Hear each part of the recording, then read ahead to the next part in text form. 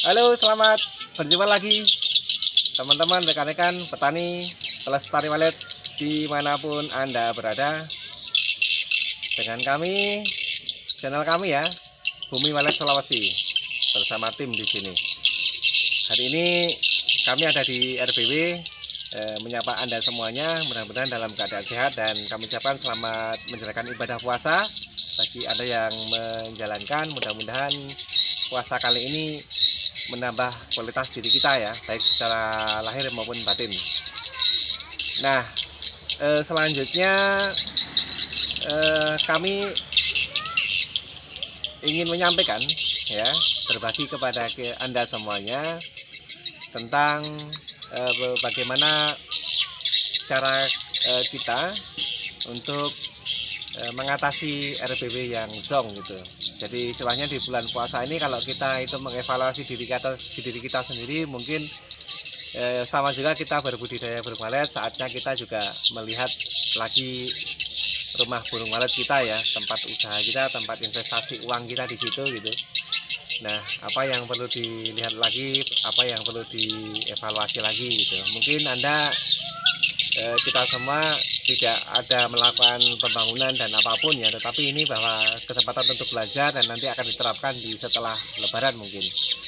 Nah, teman-teman, rekan-rekan semua, masalah akses burung di dalam sebuah rumah walet itu ada sangat mutlak gitu kan. Bukan hanya suara ya, suara boleh bagus, tetapi ketika burung berhasil datang tapi sulit untuk masuk ya, itu sama juga hanya mengundang tapi tidak bisa menawarkan ya. Ibaratnya kalau suara itu bisa berhasil mengiklankan rumah kita, tetapi gedung kita ternyata tidak layak untuk ditempati ya, itu sama juga bagus di iklan tapi kurang bagus di produk. Nah, sekarang bagaimana caranya suara sudah menarik tetapi akses juga menarik, ada burung ya.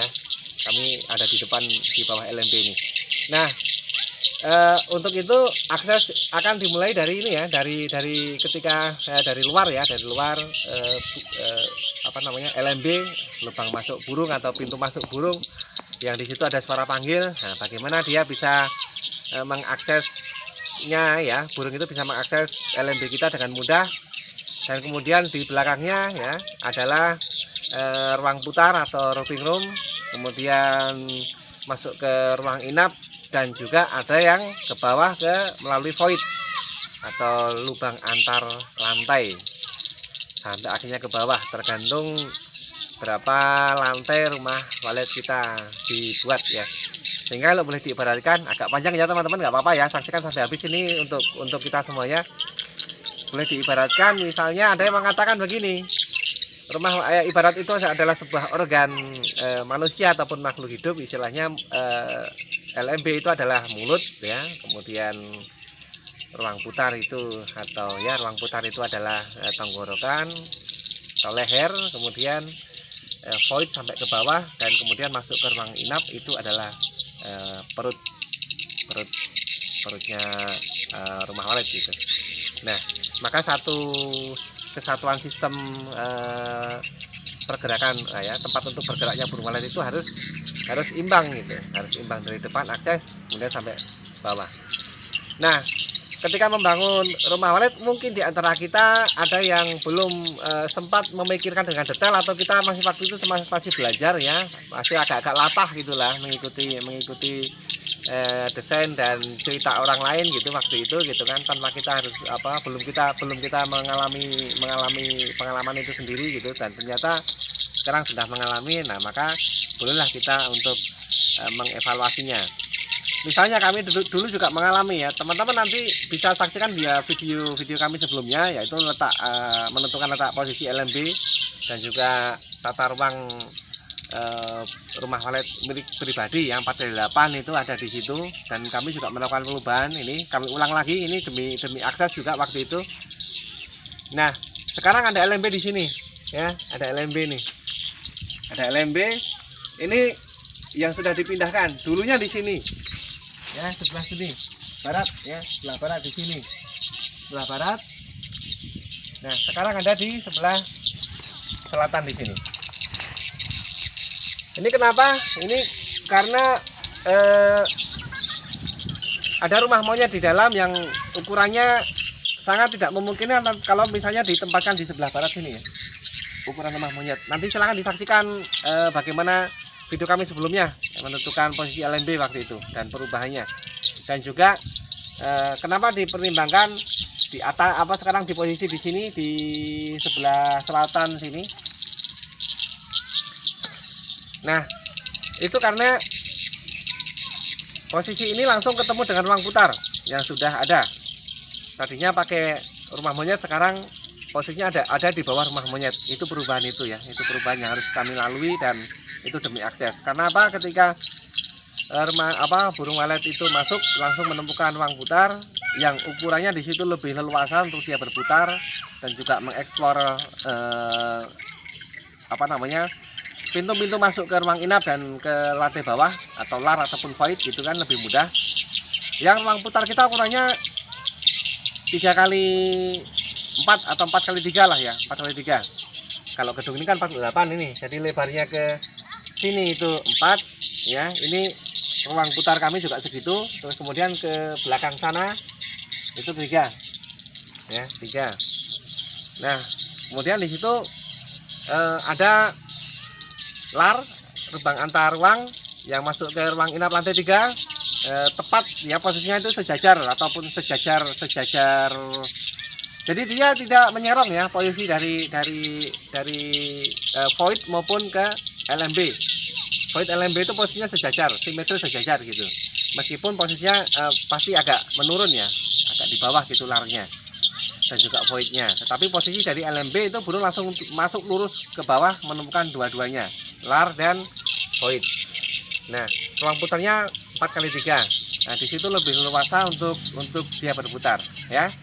Semacam itu. Nah, berapa ukuran voidnya? Void kami adalah ukurannya 1,5 kali 2. Ya. 1,5 kali 2 meter. Ya. Ukurannya begitu. Cukup tidak lebar ya. Tidak lebar, tidak luas memang. Tetapi karena posisinya sudah disesuaikan dari LMB ke bawah itu sudah menyesuaikan gitu posisinya. Jadi dia ibaratnya kalau dari LMB langsung masuk ke bawah dia langsung menemukan void gitu. Sehingga posisinya alhamdulillah burung masih bisa akses ke bawah. Padahal void kami void tangga ya. Void kami itu void tangga. Yang dimana tantangannya cukup menyulitkan ya, tantangannya cukup bilangnya apa, tidak mudah gitu. Karena lebih banyak RBB yang gagal di void tangga ini, tetapi alhamdulillah kami berhasil ya, nanti akan kami tunjukkan untuk posisi dalamnya. Kami kemarin masuk untuk melakukan perbaikan kecil ya, tapi sayangnya waktu itu karena kami fokus kerja jadi belum bisa sempat mendokumentasikan. Itu kotoran sudah di mana-mana, rata lantai 1 sampai lantai 3 itu rata semua ya. Jadi seperti itu, voidnya hanya ukuran segitu. Nah, ukuran void itu berapa sih sebenarnya? Katanya sih waktu itu gini ya. Jadi ada beberapa prinsip void itu bisa menyesuaikan tata ruang kita. Tapi minimal ini secara umum adalah 20% dari luas ruang putar kita ya. Minimal 20%, syukur 30%. Bahkan ada perkembangan sekarang ini void itu selebar ruang putar. Sekarang ini, kalau dulu itu ada yang void kecil-kecil, ada yang ukurannya 1,5 gitu ada gitu. Tapi sekarang ini void cukup besar. Ya, semacam itu ceritanya untuk void. Nah, sekarang larnya. Lar juga demikian, cara kita menempatkan lar ya, terutama di lantai 3. Itu seperti apa? Karena ini dekat dengan LMB, jadi pengaruh terhadap cahaya ke dalam itu sangat besar, sehingga kita harus bijaksana bagaimana cara menempatkan larnya. Nah, kalau kami larnya tepat di tengah-tengah dinding ya, di tengah-tengah dinding ruangan atau sekat full di tengah, tapi posisinya agak di bawah begini. Ini misalnya ini gambaran saja. Nanti itu yang lar yang perubahan itu kami belum dokumentasikan, tetapi kalau teman-teman mau lihat secara desainnya, kami ada 4x8 skala pribadi, silakan untuk dikunjungi ke sana. Ini larnya, jadi dia agak di bawah gitu ya posisinya. Jadi ketika burung itu masuk, kemudian dia menukik ke sini sepanjang 3 meteran lah ya, 3 meteran. 3 meter dari posisi skapul ke dinding depan itu, ke LMB itu 3 meter. Kemudian dia langsung bisa turun ke sini. Alhamdulillah bisa akses. Ya, tadi mungkin beberapa kita sempat tangkap gambarnya bagaimana burung itu bisa mengakses. Nah, seperti itu dari mulai akses dari LMB ke ruang putar, kemudian ruang putar burung akan memilih mau ke void atau mau ke lar. Itu harus dipastikan betul-betul akses ya. Selain akses juga pertimbangan, jangan lupa tetap cahaya, bias cahaya serta angin itu harus diperhatikan karena ini sangat penting juga. Jadi kita perhatikan akses tapi juga perhatikan unsur yang lain ya, cahaya serta angin. Nah, LMB yang digunakan di sini adalah 60 kali 80 ya, tingginya 60, lebarnya 80 ya, tinggi LMB, luas LMB di situ cukup luas ya, cukup luas karena kami ingin membebaskan akses burung untuk bisa keluar masuk secara luasa gitu. Nah, tentang pencahayaan serta angin sudah kami antisipasi ya, makanya kita ubah ke sini itu salah satunya adalah akses angin serta pencahayaan. Itu teman-teman, jadi melakukan perubahan silahkan, tapi pastikan apa alasannya dan kepentingannya apa, itu yang penting. Tetap semangat, memang budidaya burung walet kadang-kadang tidak sekali jadi. Apa yang sudah kita buat tetap harus diperbaiki secara berkala, kita lihat secara periodik lah, berkala begitu. Bahkan untuk yang bagi pemula, bagi yang baru itu memang perubahan kadang-kadang tidak bisa dihindarkan. Lakukan perubahan bila mana perlu, tetapi tunggu waktunya ya, kasih kesempatan lalu kemudian lakukan perubahan. Yang jelas ilmu harus selalu diupdate ya teman-teman. Tetap semangat rekan dan teman-teman petani pelestari walet dimanapun Anda berada. Demikian dulu video dari kami, sampai berjumpa lagi di pertemuan berikutnya. Salam dari kami tim Bumi Walet Sulawesi. Sampai berjumpa lagi, lestari alamku, lestari waletku.